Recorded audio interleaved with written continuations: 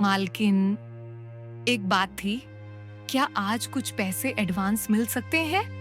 कल से घर में चूल्हा भी नहीं जला है, बच्चों ने बस पानी पीकर रात काटी। कल से मैं भी कुछ खाए बिना काम पर आई हूँ। छठ पूजा के लिए सामान लेना था मैडम। घर में एकदम पैसे नहीं है। पिछले महीने जो कमाया था ना, सब हमारे बेटे मुन्नी के इलाज में चला गया। उसकी तबीयत अचानक बहुत खराब हो गई थी। अरे मालती, तेरा दुख तो कभी खत्म ही नहीं होता। हर महीने कोई ना कोई बहाना, कभी बच्चा बीमार, कभी बच्ची का ऑपरेशन, कभी छठ पूजा का खर्चा। अगले महीने ही तो तुझे पूरी पगार दी थी, अब फिर नया बहाना ले आई। तुम लोग बस रोना रोती रहती हो, काम तो आधा भी ठीक से नहीं करती। मालकिन, हम गरीब लोग हैं। पूजा पाठ ही हमारी उम्मीद है। छठ पूजा हमारे लिए भगवान से मिलने का एक मौका है। आप ही बताइए, क्या मैं अपने बच्चों को खाली हाथ पूजा दिखाऊं? थोड़े पैसे दे दीजिए ना, बस 100-150 रुपए भी मिल जाए तो मैं सब संभाल लूंगी। आपका एहसान जिंदगी भर नहीं भूलूंगी मालकिन। देख मालती, अभी तो कुछ नहीं दे सकती मैं। शाम को आना, मिसन साहब से बात कर लूंगी। अगर उन्होंने हाँ कहा तो थोड़ा बहुत दे दूंगी, वरना मत आना बार बार मांगने। काम कर और जा। ठीक है मालकिन, जैसा आप कहें। छठ मैया सब देख रही हैं, वही कुछ रास्ता निकालेंगी। काम के न काज के दुश्मन अनाज के मालकिन, कभी ये हो गया कभी वो हो गया, दिन रात बस पैसे पैसे। इन गरीबों को हाथ धो तो सिर पर चढ़ जाते हैं। सुबह सुबह दिमाग खराब कर दिया इस औरत ने।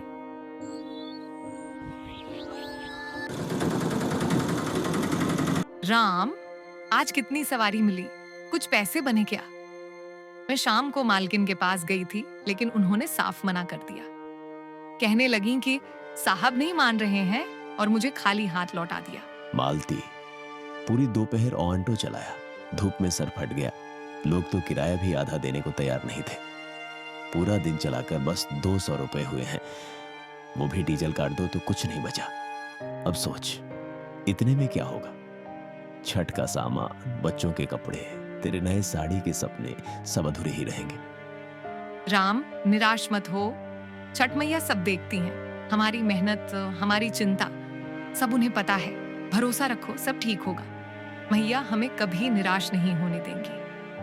मैं कल एक और घर जाऊंगी, सुनीता मालकिन के यहाँ। शायद वहां से कुछ ऐसा मिल जाए, कुछ ऐसा जो हमारी पूजा को पूरी करने में मदद करे और हमारे घर में खुशियां लौटाए। अब उधार कहां से देगा कोई? हर जगह पहले से कर्ज है। घर की हालत तू देख ही रही है, फटी दीवारें, टपकती छत। अब तो लगता है भगवान भी हमारी परीक्षा ले रहे हैं।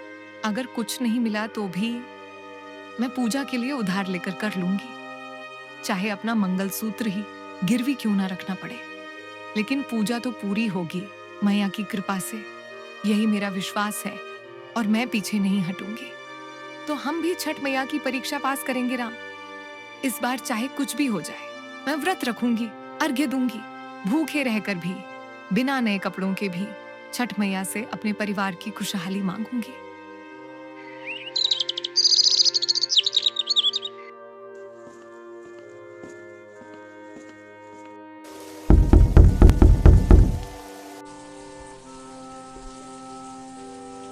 मैडम नमस्ते, एक मदद चाहिए थी। छठ पूजा है ना, घर में बिल्कुल पैसे नहीं है, बस थोड़ा एडवांस चाहिए था। अगले महीने पगार से काट लीजिएगा। मालती, जरा सुन तो, अभी पिछले हफ्ते ही तो तुझे एडवांस दिया था, वो गया कहाँ? हर बार वही कहानी, वही बहाने। अब और नहीं मिलेगा, समझी? हम भी कोई पैसे के पेड़ पर नहीं बैठे हैं। हर किसी की अपनी परेशानियां हैं, पर तुम लोगों को बस हाथ फैलाना ही आता है। काम के वक्त तो गायब और पैसे मांगने में सबसे आगे। मैडम, मैं भीख नहीं मांग रही, बस पूजा का सच्चा व्रत निभाने की कोशिश कर रही हूँ। छठ मैया के लिए अर्घ्य में एक भी फल नहीं रख पाऊंगी तो मैं खुद को माफ नहीं कर पाऊंगी। लेकिन कोई बात नहीं, शायद भगवान ही अब कोई रास्ता दिखाएंगे। मालती, मैं फिर तुम्हें पैसे नहीं दे सकती हूँ, इनका बिजनेस सही नहीं चल रहा है। जा जाकर काम कर, बहुत सारे बर्तन पड़े हुए हैं। मालिक 20 रुपए दे दीजिए, छोड़ दूंगा अगली शहर में। अरे 20 रुपए ज्यादा है भाई, 10 कर। तुम लोग नया किसी को देखते ही लूटने लगते हो। मालिक, आपके लिए 10 से 20 रुपए बड़ी बात नहीं है, हमारे लिए। चलिए मैं 10 में ही छोड़ दूंगा, सुबह का समय है। हे छठी मियाँ, अब तो बस आप ही हमारी आस हैं। सब कुछ कैसे होगा मैया? किसी ने भी मदद नहीं की। कर्ज का बोझ तो पहले से ही कंधे पर है। राम दिन रात ऑटो चलाते हैं, फिर भी ठीक कमाई नहीं होती। घर में राशन भी खत्म होने को है। बच्चों के कपड़े तक पुराने पड़ गए हैं और पूजा का दिन पास आता जा रहा है। मियाँ, आप ही कोई रास्ता दिखाइए। आप ही हमारी लाज रख लीजिए। हम गरीब सही, पर हमारी श्रद्धा सच्ची है। आपके भरोसे ही तो ये सब चल रहा है मैया। मालती, सुनो, मैं सोच रहा हूं हमारा ये पुराना घर, उसका सारा कागज पत्र है ना, उसे हम गिरवी रख देते हैं। थोड़ा पैसा मिल जाएगा, पूजा भी हो जाएगी और बच्ची के लिए दूध भी आ जाएगा। कहीं और से मदद नहीं मिल रही है, और जो मदद मिल भी रही है वह भी बहुत कम है। हाँ, हमारा ये पुराना घर है और अब यही हमारी मदद कर सकता है। राम, वो तो हमारा आखिरी सहारा है। अगर वो भी चला गया तो? क्या हुआ मालती? अगर छठ मैया ने चाहा तो वही हमें वापस दिलवा देंगी। हम अपनी सच्चाई से पूजा करेंगे, बाकी उन पर छोड़ देंगे।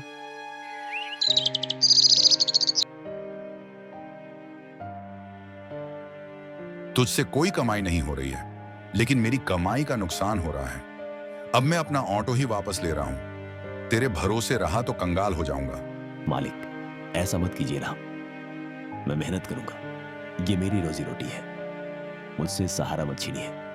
पूजा भी आने वाली है। देख राम, मेरे भी घर में बीवी बच्चे हैं, मेरे भी घर में पूजा होती है। अगर तुझ पर दया करूंगा तो मेरा भी तेरे जैसा हाल हो जाएगा।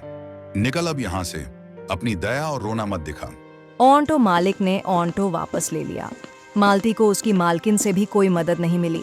छठ का त्योहार सिर पर था, लेकिन घर में पैसे बिल्कुल नहीं थे। मालती और राम दोनों बहुत परेशान थे। उन्हें समझ नहीं आ रहा था कि पूजा कैसे होगी। मालती, आज मालिक ने अपना ऑटो वापस ले लिया।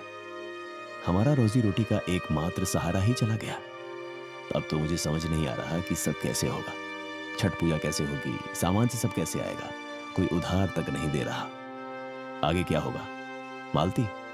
मुझे सच में समझ नहीं आ रहा। राम, मैंने हमारे घर के पीछे कुछ सब्जियां उगाई थी। शायद वे अब बड़ी हो गई हैं। हम रात दिन मेहनत करेंगे और उन सब्जियों को बेचेंगे। कमाई तो होगी ही, और घर गिरवी रख देंगे, सब हो जाएगा। कल चलकर घर गिरवी रखेंगे और सब्जी बेचेंगे। सुनो बहन जी, मैं तुम्हारे इस घर के बदले 3000 रुपए ही दे पाऊंगा। वैसे तो ये भी ज्यादा ही लग रहे हैं, लेकिन ठीक है, 3000 दे दूंगा। लेकिन हाँ, 15 दिन के अंदर पैसे ब्याज के साथ भर देना, नहीं तो घर जब्त करवा लूंगा। आजकल तुम लोग पैसे लेकर भाग जाते हो। साहिब, बस 3000 में कैसे सब होगा? फल इतने महंगे हो गए हैं, छठ का दौरा भी लेना है, थोड़ी और दे दीजिए। अरे बहन, झोपड़ी जैसा घर है आपका, 3000 भी ज्यादा दे रहा हूं। इतना ही मिलेगा, लेना है तो लो, नहीं तो जाओ। ये दे दीजिए, इतना ही साहिब।